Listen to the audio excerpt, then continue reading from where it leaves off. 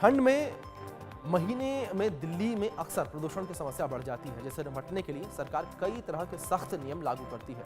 अब एक बार फिर से राजधानी दिल्ली में बढ़ते प्रदूषण को रोकने के लिए commission for air quality management यानी कि CAQM ने एक बार फिर से ग्रेप 3 को लागू कर दिया है।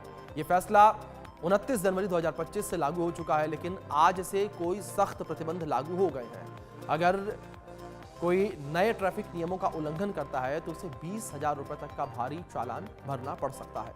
ग्रेप 3 के तहत कुछ खास वाहनों पर पूरी तरह से बैन लगा दिया गया है। BS3 पेट्रोल और BS4 डीजल कारों का दिल्ली में प्रवेश पूरी तरीके से प्रतिबंधित है। मीडियम गुड्स व्हीकल और हैवी गुड्स व्हीकल जिनमें डीजल इंजन है, उन्हें गैर जरूरी गतिविधियों के लिए चलाने की इजाजत नहीं होगी। हालांकि दिव्यांग व्यक्तियों, आवश्यक सेवाओं और सरकारी कामों से जुड़े वाहनों को इन नियमों से छूट दी गई है। अगर कोई व्यक्ति इन प्रतिबंधों का पालन नहीं करता है तो ट्रैफिक पुलिस उसके वाहन का चालान काट सकती है, जिसकी रकम 20,000 रुपए तक की हो सकती है। ट्रैफिक पुलिस के अनुसार ग्रेप एक आपातकालीन योजना है जो कि दिल्ली NCR में बढ़ते प्रदूषण के स्तर को नियंत्रित करने के लिए लागू की जाती है। जब AQI बहुत खराब या फिर गंभीर स्तर पर पहुंच जाता है तो ग्रेप स्टेज 3 के तहत सख्त नियम लागू किए जाते हैं। इस बार दिल्ली में एयर क्वालिटी इंडेक्स 450 से ऊपर दर्ज किया गया, जिससे सरकार को यह फैसला लेना पड़ा है।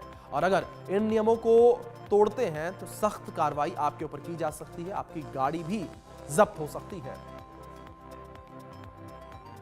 तो ग्रेप 3 अब दिल्ली NCR में लागू कर दिया गया है और बढ़ते प्रदूषण को देखते हुए यह फैसला लिया गया है सरकार के द्वारा।